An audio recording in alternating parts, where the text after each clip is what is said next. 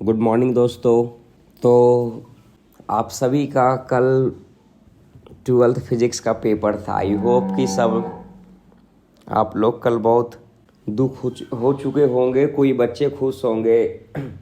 बहुत सारे बच्चों का कहना है कि पेपर हार्ड था, बहुत सारे बच्चों का कहना पेपर इजी था। तो चलो भाई, आज इस वीडियो में हम पूरे एक्सप्लेन करेंगे, पूरा एनालाइज करेंगे, है ना, क्वेश्चन का कि क्या सच में क्वेश्चन टफ था, क्वेश्चन इजी था, मॉडरेट था। तो अपन एक एक करके अपन बात करेंगे। अपन आज का इस वीडियो में ये भी बात करेंगे कि कौन सा ऑब्जेक्टिव का करेक्ट आंसर क्या होगा। बहुत सारे यूट्यूबर्स ने डाल रखा है जो कि गलत डाल रखा भाई। हाँ, तो आपको वो सब वीडियो देख करके आपको डिप्रेशन में नहीं जाने का। आज हम करेक्ट आंसर आपके सामने बताने वाले हैं, डिटेल एनालाइज करके। श्योर? तो चलो एक एक करके बात कर लेते हैं अपन। जैसा कि आपने कल देखा कि कल फिजिक्स का पेपर था 3 आवर 15 मिनट का, MCQ टाइप है ना, सब्जेक्टिव ऑब्जेक्टिव, 1 मार्क्स सब्जेक्टिव में था। तो चलो एक एक करके अपन बात कर लेते हैं भाई। हाँ, सवाल का क्या आंसर है। चलो, तो अगर आप देख पा रहे हैं तो यहाँ पे भाग ए लिखा है। हाँ, यहाँ पे भाग आप देख पा रहे हैं तो यहाँ पे भाग ए लिखा है। भाग ए लिखा मल्टीपल चॉइस क्वेश्चन है भैया। कह रहा 1 से 25 तक मल्टीपल चॉइस टाइप क्वेश्चन होगा। 4 ऑप्शन थे जिसमें सिर्फ एक आंसर सही था। चलो देखते हैं कौन सा क्या हुआ क्या नहीं हुआ। श्योर? सबसे पहला सवाल कह रहा आपके सामने, है ना, पहला सवाल ये कह रहा है आपके सामने कि 2 charge pair are separated by a small distance d, exert a force F on each other. If the charges are double and the distance between them is double, then new force will be। देखो भाई, ऐसे तो इसका correct answer F है ना। कैसे F है हम बताते हैं। पहले आप क्या कह रहा है कि दो भाई चार्ज है, ठीक, मान के चलिए प्लस क्यू है, ये प्लस क्यू है। श्योर? फोर्स का फॉर्मूला अपन जानते हैं क्या होता है, K/Q1 Q2 बटा क्या होता है, R² होता।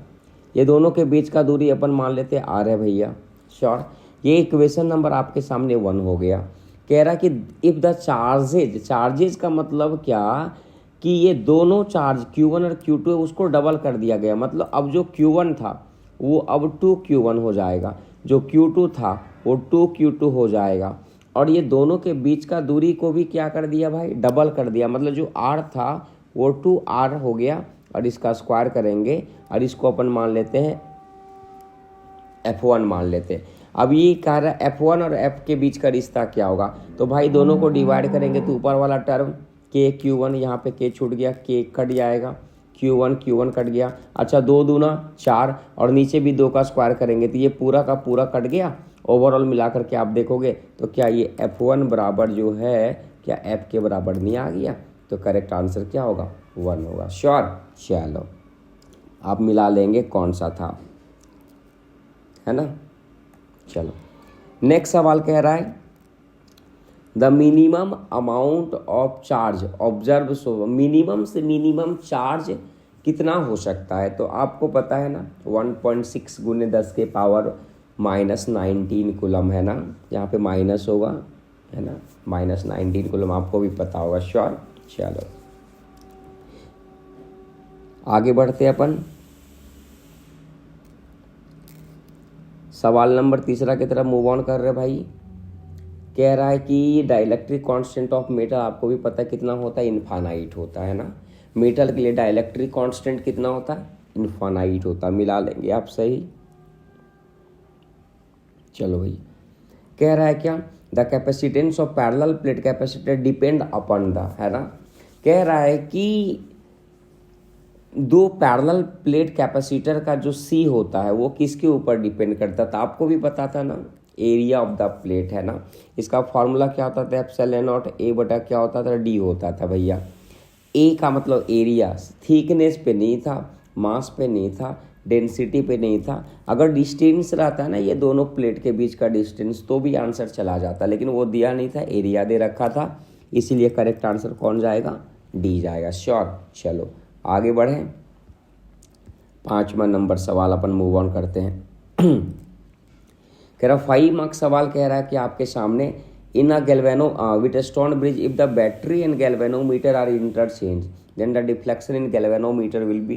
कह रहा कि बैटरी और गैल्वेनोमीटर को अगर इंटरचेंज कर दो तो क्या होगा, डिफ्लेक्शन गैल्वेनो में कोई चेंज नहीं होने वाला। हाँ, इस बात का आप विशेष ध्यान दोगे, कोई चेंज नहीं होता है। श्योर, चलो मिला लोगे अपना आंसर।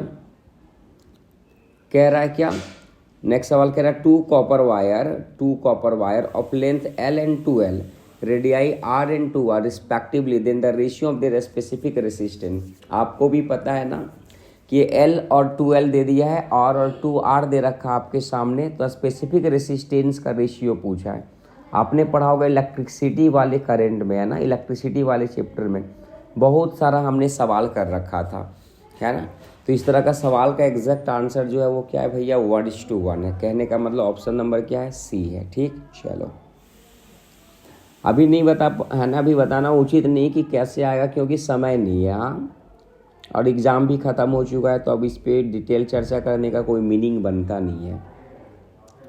कह रहा नेक्स्ट सवाल कि two long parallel wire, next सवाल कह रहा है कि two long parallel wire each carrying current 1 ampere in same direction then are placed at 1 meter apart, the force of attraction between them is। तो भाई आपने भी पढ़ा था कि दो पैरेलल वायर अगर सेम डायरेक्शन में करंट जा रहा है, सेम करंट आई जा रहा है, इस आई का वैल्यू 1 एम्पियर है, तो कह रहा फोर्स का वैल्यू क्या होता था। तो एक फॉर्मूला था जो सब आपको पता होगा, जब इसके ऊपर सब डाटा पुट करोगे तो आपका आंसर 2 × 10⁻⁷ न्यूटन पर मीटर आ जाएगा। श्योर, मतलब करेक्ट ऑप्शन कौन सा, ए जाएगा। चलो अपन बढ़ते आगे, अपन बढ़ते 8 नंबर सवाल बढ़ते। ठीक है, कह रहा है सवाल 8 number, the relation between magnetic field dipole and torque is. ये भी पता है, टॉर्क बराबर mb sin थीटा होता है ना, mb sin थीटा। तो sin थीटा यहाँ नहीं दे रखा है, इसका मतलब वेक्टर फॉर्म में लिखेंगे तो m क्रॉस b के, है ना, आपको भी पता है। डॉट यहाँ इसलिए नहीं होगा क्योंकि डॉट हटता तो कॉस थीटा आता है, यहाँ पे फॉर्मूला में साइन थीटा होता है। साइन थीटा तभी आता है जब यहाँ क्रॉस होता है। श्योर, चलो नेक्स्ट बढ़ते अपन आगे। 9 नंबर कह रहा था magnetic line of force inside bar magnet. आपको भी पता है बार मैग्नेट के अंदर अगर ये नॉर्थ है ये साउथ है भैया, तो बाहर में नॉर्थ से साउथ के तरफ जा रहा होता है ना, आपको भी पता होगा। लेकिन अगर हम बात करें अंदर में, तो अंदर में कहाँ से कहाँ जा रहा है, साउथ से कहाँ जाता है, नॉर्थ, मतलब or from south to north pole of the magnet. Option number कौन जाएगा, डी जाएगा। चलो आगे बढ़ें, सब मिलाते जाओगे अपना अपना भाई लोग, है ना, और बताओगे कमेंट सेक्शन में कि किसका कितना सही हुआ, जरूर बताओगे। कह रहा था डायरेक्शन ऑफ इंड्यूस करंट या इंड्यूस ईएमएफ किसके द्वारा, लेंज लॉ के द्वारा। इंड्यूस करंट या इंड्यूस ईएमएफ का डायरेक्शन कौन बताता था, लेंज लॉ बताता था। आपको भी पता होगा, है ना, लेंज लॉ क्या कहता था, आएगा तो आने नहीं देंगे, जाएगा तो जाने नहीं देंगे, है ना। चलो सब मिलाते जाओगे, कमेंट सेक्शन में जरूर बताओगे किसका कितना सही हो रहा है। ठीक, देखते कौन से बच्चों का कितना आंसर सही हुआ ऑब्जेक्टिव में भैया। कह रहा है क्या कि weber per metre square is the unit of, एकदम एग्जैक्ट आंसर मैग्नेटिक फील्ड जाएगा भैया। बहुत सारे यूट्यूबर ने मैग्नेटिक फ्लक्स दिया करे, बेवकूफ़ों कहीं का मैग्नेटिक फ्लक्स नहीं होगा, मैग्नेटिक फ्लक्स का तो वेबर होता है भैया, है ना। तो ये कैसे हो जाएगा मैग्नेटिक फ्लक्स, है ना। आपको भी पता है भाई, मैग्नेटिक फील्ड अगर निकालना है तो आपको पता है कि मैग्नेटिक फ्लक्स का फॉर्मूला कोई बता सकता है। अगर फॉर्मूला कोई बता सकता है तो फाई बराबर क्या था, कोई बताना, बी ए क्या था, है ना। कॉस थीटा को तो छोड़ दो भाई, अपन यहाँ से अगर निकालेंगे बी तो फाई बटा क्या हो जाएगा, ए हो जाएगा ना। ए का मतलब था एरिया, फाई का मतलब वेबर हो गया इसका डब्लू, और एरिया का क्या हो जाएगा, मीटर स्क्वायर। कहने का मतलब मैग्नेटिक फील्ड, और बी क्या होता है, मैग्नेटिक फील्ड होता है। तो जो भी यूट्यूबर जो magnetic flux, magnetic potential moment को बता रखा वो गलत है, एग्जैक्ट आंसर ए जाएगा इसका। श्योर, चलो आगे बढ़ते हैं अपन। नेक्स्ट सवाल कह रहा है क्या कि energy dissipated in LCR circuit is in. बहुत सारे यूट्यूबर ने सिर्फ L लिखा है या C लिखा है या R लिखा है, अरे भाई गलत है, ये तीनों में होता है एनर्जी डेसिपेटेड। आप सोचो ना, क्या कैपेसिटेंस में क्या ये करंट को रोकने वाला नहीं होता कैपेसिटर, क्या नहीं होता, होता। इंडक्टेंस में भी इंडक्टर होता, रेसिस्टेंस में भी रेसिस्टर होता, होता है या नहीं होता? तो वहाँ पे तो भाई क्लियर कट बताया जाता है इंडक्टिव रिएक्टेंट क्या होता है, आपको बताए थे हमने। तो वो क्या करता था, ऑपोजिशन का काम करता है भाई, है ना। तो इसका जो करेक्ट आंसर जाएगा वो ऑल ऑफ दी जाएगा, कहने का मतलब डी जाएगा। ठीक, चलो भैया नेक्स्ट सवाल की तरफ मूव ऑन करते हैं। कह रहा है सवाल, the peak value of alternating current is I not, the root mean square. IRMS पूछा है, बहुत सारे बच्चों ने इसको गलती कर दिया। IRMS बराबर बताए थे कॉपी में I0 बटा √2 होता है। मतलब एकदम देखा देखा सा सवाल, एग्जैक्ट सवाल जो है सो बहुत सारे टीचर बताते I0 बाई √2 आंसर। तो जो करेक्ट आंसर जाएगा वो ए जाएगा, श्योर। चलो आगे बढ़ते हैं अपन 14 के तरफ। कह रहा ये रेक्टिफिकेशन सवाल था। कह रहा फोटोग्राफी इन फॉग में कौन सा रे का यूज करते हैं? इंफ्रारेड का यूज करते हैं, पोलराइड का नहीं करते, इंफ्रारेड का करते हैं, श्योर। बकवास सवाल। कह रहा है सवाल, the energy in electromagnetic wave, जो इलेक्ट्रोमैग्नेटिक वेव में एनर्जी होता है, तो आप बताओ इलेक्ट्रोमैग्नेटिक वेव क्या होता है? वो वेव जिसके पास इलेक्ट्रिक और मैग्नेटिक फील्ड हो भैया, इसका मतलब उसमें जो एनर्जी होता है वो इक्वली डिवाइड हो जाता है इलेक्ट्रिक और मैग्नेटिक फील्ड में, है ना। चलो नेक्स्ट सवाल की तरफ जाते हैं। 16 नंबर कह रहा है, ये बकवास सवाल, a virtual image larger than object is form in. आपको भी पता है कि वर्चुअल इमेज जो होता है वो ऑब्जेक्ट से बड़ा बनता है, इसमें बनता है ना, कॉन्केव मिरर में बनता है। बकवास सवाल, कोई काम का नहीं, ये 19 लाइक सवाल था, है ना। चलो 17 की तरफ अपन मूव करते हैं। 17 कह रहा विथ इंक्रीज इन वेवलेंथ, अगर वेवलेंथ लेमडा को बढ़ाओगे तो कह रहा रिफ्रैक्टिव इंडेक्स क्या होगा? कोई भी बता सकता है भैया, mu is inversely proportional to lambda होता है ना। लेमडा बहुत सारे चीज, अगर लेमडा के पावर 4 भी निकाल सकते हैं, माफ़ करना लेमडा के पावर 4 नहीं लेमडा। तो आपको भी पता है कि अगर लेमडा बढ़ रहा है भैया तो रिफ्रैक्टिव इंडेक्स घटेगा, है ना। तो इसका मतलब रिफ्रैक्टिव इंडेक्स क्या होगा? डिक्रीज होगा। Correct option goes B, sure. आगे बढ़ते हैं भैया। 18 नंबर सवाल, पता नहीं कहाँ से उठा के ले आता है Jharkhand. Concept of secondary wavelets is given by Huygens principle. भाई बकवास सवाल भाई। नेक्स्ट नंबर सवाल कह रहा, in Young double slit experiment uses a monochromatic source of light, the shape of interference fringes from the screen is a straight line. इस बात का विशेष ध्यान दोगे। कैसा बनता है? नॉट हाइपरबोला नहीं बनता, स्ट्रेट लाइन बनता है। चलो अगला जाते हैं भाई। एनर्जी ऑफ फोटोन कौन नहीं जानता होगा भाई, बचपन से पढ़ते आ रहा है ना। एनर्जी बराबर है ना hν होता है, आपको भी पता था। पहला ऑप्शन जाएगा, सही है। नेक्स्ट आते हैं 25 की तरफ। 21 नंबर सवाल कह रहा है, 21 नंबर सवाल, the ratio of de Broglie wavelength. कह रहा है the ratio of de Broglie wavelength associated with 2 electron accelerated through 25 volt and 36 volt, है ना। ये फार्मूला आपको भी पता था ना कि भाई लेमडा बराबर होता है 12.24 या कुछ भी इधर समथिंग में रेप्रॉक्स ले लो, बट अंडर रूट भी होता, आपको भी पता है ना। तो लेमडा और भी के बीच का रिश्ता इन्वर्सली हो गया रूट में। तो यहाँ से अगर लेमडा 1 और लेमडा 2 का अगर रेशियो निकालेंगे तो अंदर रूट में क्या आएगा? V2 बटा क्या आएगा? V1। V का मतलब वोल्टेज हो गया, तो V2 हो गया 36, V1 हो गया 25 रूट में। कहने का मतलब कितना आ गया? 6 बटा कितना आ गया? 5 आ गया। तो जो करेक्ट आंसर जाएगा वो कौन सा जाएगा? डी नंबर जाएगा, श्योर।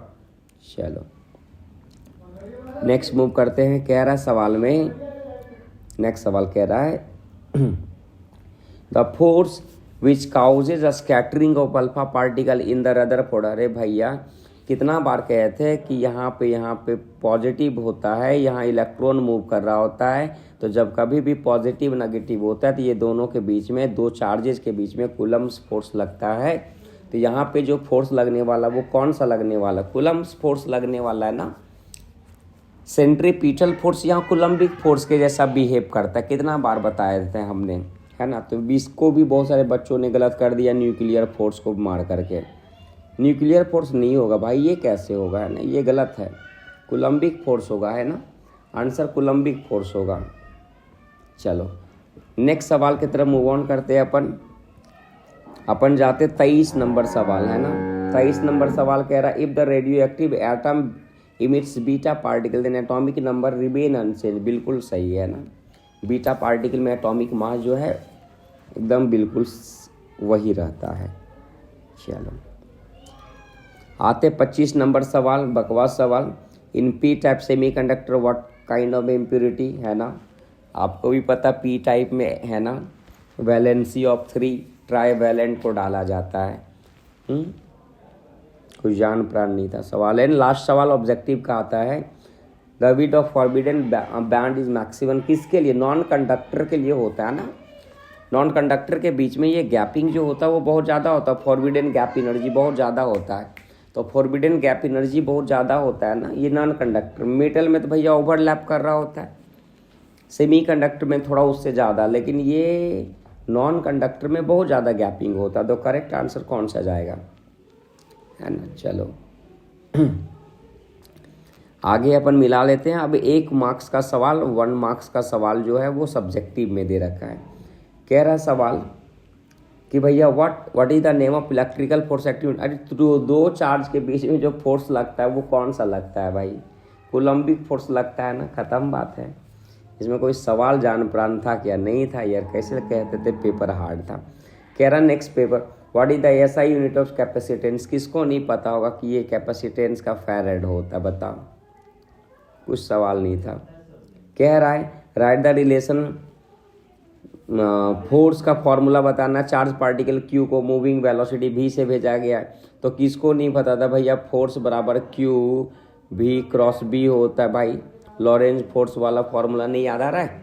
भूल जाते हो आप। यही तो था लिखना, और क्या लिखना था? 929 नंबर लिखना था। The instantaneous current flowing in AC source is इतना, what is the RMS value. अब आई आरएमएस का फॉर्मूला आपको भी पता होगा, I0/√2 होता। शांत रहे।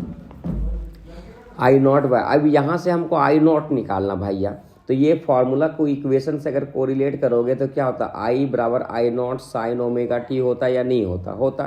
तो ये I0 की जगह पे कितना दे रखा? 5 दे रखा है, तो यहाँ पे कितना लिखेंगे? 5/√2, है ना।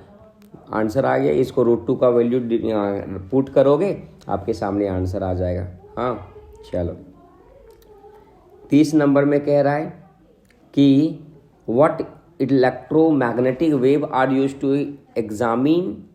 देख लेते भाई एग्जामिन क्या लिखा है। The crystal structure of solid, आपको भी पता है एक्सरे होता है। बकवास सवाल, एक्सरे। नेक्स्ट सवाल कह रहा है what type of source is used in the Young's double slit experiment. वही कोहेरेंट सोर्स है ना, कोहेरेंट सोर्स, कोहेरेंट सोर्स का यूज करते हैं ना, जो कि दोनों सोर्स के बीच के जो स्लिट और सोर्स के बीच का, सोर्स के बीच का है ना, जो उसके बीच का दूरी भी कम होना चाहिए। Right Einstein photo electric equation, किसको नहीं पता होगा बताओ। ई बराबर किसको नहीं पता था? काइनेटिक एनर्जी -5, माफ करना, काइनेटिक एनर्जी बराबर E-5, है ना। मास डिफेक्ट क्या होता है आपको भी पता है, देख लोगे, कोई बड़ा बात नहीं है। इंट्रिंसिक सेमीकंडक्टर क्या होता है आपको भी पता है। अब थोड़ा सा क्या है कि हम पेपर का एनालिसिस कर देते हैं आपके सामने। हालांकि जो भी बच्चे को लग रहा है कि पेपर बहुत टफ था, तो टफ नहीं था, लेकिन क्या है कि हमने एनालाइज जो करा उसमें क्या नज़र आया कि सभी का सभी डेरिवेशन था, है ना। सभी का सभी क्या था भैया? डेरिवेशन था। अगर 3 मार्क्स सवाल का बात करें तो इसमें अगर 6 सवाल बनाना है तो ये 6 सवाल डेरिवेशन था भैया। 5 मार्क्स वाला बात करें तो भी सबका सब डेरिवेशन था। अब आप बताओ कि 6 और 4 10 सवाल डेरिवेशन अगर रहेगा तो आपको बताना है भैया कि ये 10 डेरिवेशन बनाना इतना कम समय में आसान है क्या? नहीं, आसान नहीं है। तो भैया आसान जब नहीं, तो जब आसान नहीं है तो कैसे बनाओगे, है ना। तो सबसे बड़ा दिक्कत यहाँ पे यही नज़र आया कि जो भी पेपर था ये पेपर में बहुत कॉम्प्लेक्स था। कहने का मतलब ये टाइम टेकिंग पेपर था, टाइम टेकिंग, है ना, टाइम टेकिंग। क्यों? क्योंकि ना एक न्यूमेरिकल्स पूछा, जो कि सवाल में न्यूमेरिकल्स पूछना चाहिए था। सवाल में न्यूमेरिकल्स जरूर है पूछना भैया, आप न्यूमेरिकल्स को क्यों दबाना चाहते हो? आप सब डेरिवेशन देखो, ये भी डेरिवेशन भैया, नेक्स्ट सवाल की तरफ आप करेंगे तो ये भी डेरिवेशन भैया, नेक्स्ट सवाल का बात करोगे तो ये भी डेरिवेशन भैया। तो ये क्या बताना चाहते हो डेरिवेशन दे करके, है ना? मतलब डेरिवेशन दे करके क्या? अरे भाई, डेरिवेशन के जगह पे आप न्यूमेरिकल्स भी तो डाल सकते थे, है ना? ये भी देख लो भाई डेरिवेशन, ये भी डेरिवेशन हो गया। तो ये क्या मतलब है? इतना सारा कॉम्प्लेक्स करने का क्या मीनिंग बनता है बताइए? इतना सारा सवाल जो है आपने जो कर रखा तो मीनिंग बनता है, आप बताइए। सब 5 नंबर का बात करेंगे तो भी डेरिवेशन, स्टेट गॉस लॉ पहले कर दिया एक्सप्लेन करने, उसके बाद डेरिवेशन कर दिया भैया। तो आपने न्यूमेरिकल्स क्यों नहीं डाला? आपने न्यूमेरिकल्स क्यों नहीं डाला? न्यूमेरिकल्स आपको डालना था। आप सिर्फ एंड सिर्फ आपको क्या लगा कि डेरिवेशन डाल देंगे तो बच्चा फंस जाएगा। अरे बच्चा पढ़ने वाला तो बना ही लेगा, ये भी डेरिवेशन।